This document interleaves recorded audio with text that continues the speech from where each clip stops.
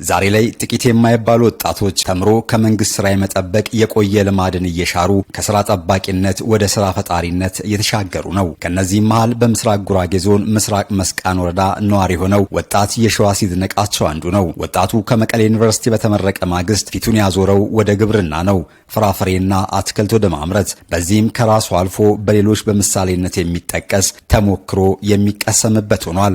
ያው እንዳይኸው ግብርና ደስ ይላል። እኔም ወድጄ ፈቅጄ ነው ወደዚህ ስራ የገባሁት። ምናልባት ከተመረኩበት ጊዜ ጀምሮ ሌላ ስራ መስራት ይችል ነበር። ግብርና ሲጀመር መስራት ስለምወድና አረንጓዴ ነገር ውስጥ መቆየት በራሱ በጣም ደስ የሚል ነገር ስለሆነም ጭምር ነው። በነገራችን ላይ በጣም ስለምወደው ነው ምሰራው።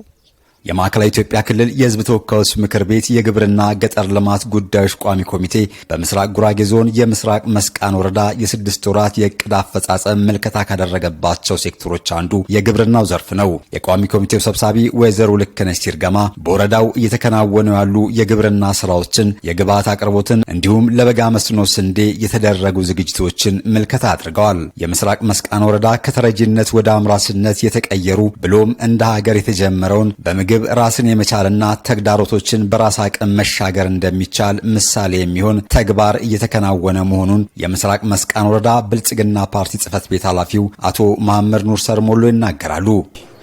የምናያቸው እህሎች ያው ከተረጂነት ወደ ምርታማነት በሚል የምንሰበስባቸው እህሎች ናቸው። አንደኛ ወረዳው በራሱ አቅም ባለው የመሬት ልክ ሰብስቦ የሚያስገባበትና ከዛ ባሻገር ደግሞ አርሶ አደራችን ከተረጂነት ወጥቶ ረጂ በመሆን በአቅሙ ልክ ካመረተው ምርት ተሰባስቦ የሚመጣ እህል ነው። ይሄ የሚሰበሰብበት ዋነኛ ዓላማ ቀጣይ እንደ ወረዳ የሚፈጠር ችግር ቢኖር እንኳን ለዛ አደጋ ስጋት መከላከል እንዲቻል በራስ አቅም ራሱ አርሶ አደሩ ካመረተው ምርት ሰብስቦ በማስቀመጥ ለሚፈጠረው ችግር ምላሽ እንዲሰጥ ለማድረግ ነው። የማዕከላዊ ኢትዮጵያ ክልል የሕዝብ ተወካዮች ምክር ቤት የግብርና ገጠር ልማት ጉዳዮች ቋሚ ኮሚቴ ሰብሳቢ ወይዘሮ ልክነሽ ሲርገማ በምልከታቸው ማህበረሰብን ተጠቃሚ የሚያደርጉ ተግባራት እየተፈጸሙ መሆኑን ማየታቸውን ተናግረዋል። ባየናቸው ነገሮች በጣም በርካታ ተግባራት በጥንካሬ የሚወሰዱ ነገሮች አሉ። በጣም አስተማሪ ተግባራቶች አሉ። በተለይ አሁን ለቀጣይ አሁን ለሚዘሩት አንዳንድ ቦታ እየዘሩ ነው። አሁን ደግሞ ለሚዘሩት የስንዴ የበጋ መስኖ ስንዴ ማሳ በኩታ ገጠም የታረሰ 15 ሄክታር መሬት በአካል አይተናል ማለት ነው። ይሄ ነገ ከነገ ወዲያ የሚዘሩት ነው።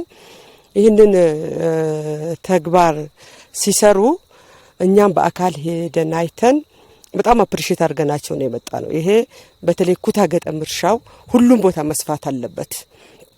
እዛ ቦታ ብቻ መታጠር ሳይሆን አጠቃላይ በክልላችንም እንደዚሁም ደግሞ በወረዳውም በዞንም በሁሉም አካባቢ ለኩታ ገጠም ምቹ የሆኑ መሬቶች በኩታ ገጠም አርሶ አደሩ ተጠቃሚ ማድረግና አጠቃላይ በአገር ኢኮኖሚ ላይ ተስፋ የሚጥሉ ስራዎች አሉና በቀጣይ መሻሻልና በትኩረት ሊሰራባቸው ይገባል ያሏቸውንም ጉዳዮች ወይዘሮ ልክነሽ ሲርገማ አንስተዋል። እንደ ቀጣይ መሻሻል አለበትና በትኩረት መሰራት አለበት ብለን የምንለው እንግዳውንስ አሁን እንዳየነው በገፍ ምርት በአርሶ አደሩ ዘንድ እየተመረተ ነው። የገበያ ትስስሩን በዛው ልክ መሆን አለበት። አርሶ አደሮችን የሚያከስር ገበያ መፈጠር የለበትም። አርሶ አደሩ በተመጣጣኝ ዋጋ ለሸማቹ እንዲያቀርብ በመሃል ደላላ መቁረጥ አለብን።